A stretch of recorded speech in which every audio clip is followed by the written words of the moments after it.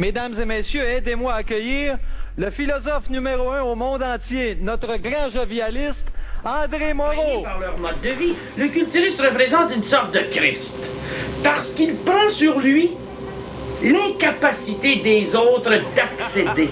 Mais le voyeurisme n'en reste pas moins quand même très intéressant. Oui. C'est comme un orgasme de la pupille. À peu près 5 femmes, c'est ça?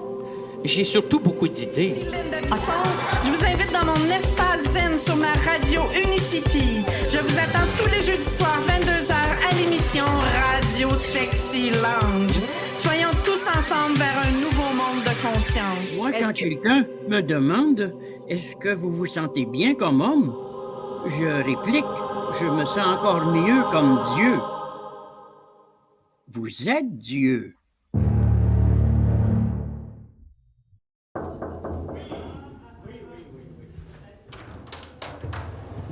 Bonjour. Voilà la compagnie. Bonjour, M. Moreau. Heureux de vous voir. Bonjour. Bonjour, merci d'être là. Bonjour, oui. Toi, c'est Alex. Oui, C'est Alex. ça. OK, attends un petit peu, attendez un petit peu, j'aime pas. Bouge pas, bougez pas. C'est moche. OK, bon, alors Alex, parfait. Bonjour. OK, alors ici, à la caméra. Bonjour. Alors, on a Double Victor, caméra. c'est bien ça? Exactement. Victor, alors bienvenue. Et puis, on a ici Éloi. Oui, alors bienvenue les amis. Ça fait vraiment plaisir de vous avoir parmi nous. À partir d'ici, vous avez mon œuvre et mon œuvre. Wow. Et ce ne sont que les livres publiés. On pourrait dire que je suis le Balzac de la philosophie. J'ai beaucoup publié. Mon dernier grand traité est le traité de la raison. Et nous avons ici un titre particulièrement fort. C'est le 12e tome de mon journal qui en comporte 35. Le viol serein des principes moraux. Là-bas, dans le coin, vous avez 3 manuscrits qui attendent. Nous sommes ici au lundi 1er mai 2017. Ça, c'est une année, 2 années, 3 années. Mon journal, à date, a 12 tomes qui sont publiés et 24 en attente, qui sont écrits. Ça, c'est la table des matières. Ici, quoi que vous fassiez, vous vous en repentirez. Et ici, c'est le premier chapitre, l'enthousiasme éthérique. Ce gros essai sera une longue méditation sur la pratique de la vie heureuse au cours de mes 81 années, parce que j'avais 81 ans quand je l'ai commencé, de résidence sur cette terre. D'autres appellent pour me vouer au plus haut des cieux. Certains croient que je suis un pervers. Je n'ai rien contre ça. D'autres croient que je suis un saint. Certains pensent que je suis le plus grand philosophe vivant. Je m'en moque, hein, parce qu'il y aura toujours des gens qui auront une opinion. J'ai commencé à étudier le latin et le grec à 13 ans. J'ai fait mon cours classique, etc.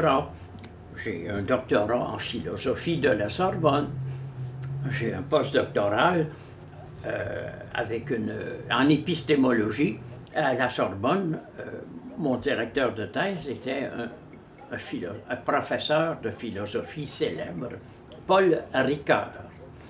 Et par la suite, j'ai fait 2 années de recherche en sexologie avec le docteur Franz Manouvrier. J'ai travaillé pendant plus d'1 an avec un sorcier haïtien pour essayer de comprendre l'ésotérisme, le paranormal et la magie.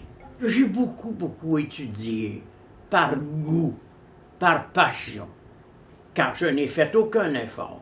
À l'heure actuelle, mon œuvre comprend 50 millions de mots. On m'a interdit de faire une conférence sur le Marquis de Sade. On m'a envoyé la brigade anti-émeute. On a brisé ma carrière académique. Puis ensuite, on a brisé ma carrière médiatique. Mais vous comprenez que, à force de recevoir des coups, on devient très souple. Le corps humain, son environnement planétaire, la présence d'autrui ne sont que des représentations phénoménales de l'esprit. Je vis en communion avec mes compagnes, Charlot, le concierge. Il n'y a pas de couple pour moi. Nous formons des étoiles énergétiques de vie. C'est un partnership amoureux, ouvert, polyérotique, avec options privilégiées et intensité variable. Comment vous vous êtes rencontrés il y a 30 ans? Oui. Oui, elle m'a envoyé une lettre érotique et je lui ai dit, viens-t'en. J'ai tenu. Puis on est resté dans cet état, bien heureux. Je l'ai entendu en conférence et quand j'ai lu, parce qu'à cette époque-là, évidemment, j'étais beaucoup plus jeune et puis j'aimais ça, moi, tout ce qui était conférence, psychologue, c'est ce qui me passionnait. Et lui, quand je l'ai vu, j'ai dit, wow, son discours est totalement différent de ce que j'ai entendu. Évidemment, ça bouleversait toutes mes valeurs. Alors, je lui ai envoyé une lettre. Effectivement, j'avais fait un rêve érotique avec lui. Vous savez, moi, j'ai jamais fermé ma porte à quelqu'un de qualité. J'ai toujours pensé que s'il y avait 7 femmes auprès de moi, une 8e ne déparerait pas l'ensemble. Par contre, tenez-vous bien,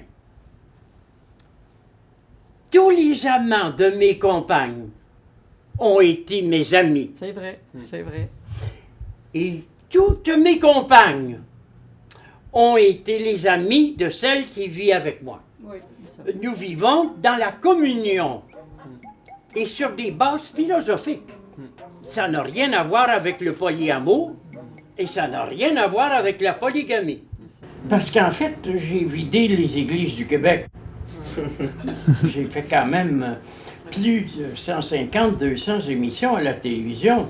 Et toujours,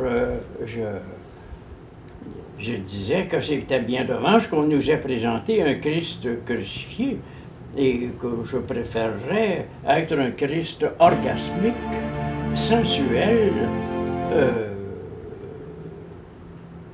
qui ressemble à un virus, le virus du bonheur, que d'être présenté comme une image sanguinolente, malsaine aux enfants.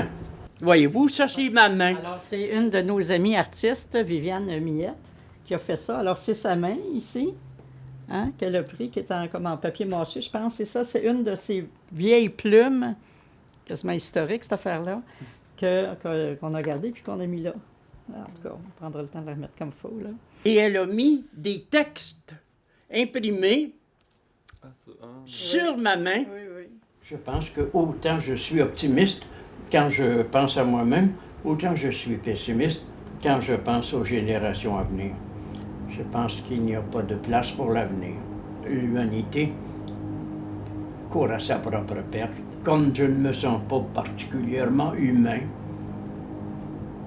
et que je ne me sens pas obligé d'être le sauveur de mes semblables, je me mêle de mes affaires et ça prendrait un miracle, et presque un miracle impossible, pour que tout ceci n'aille pas à la dérive et à la dissolution.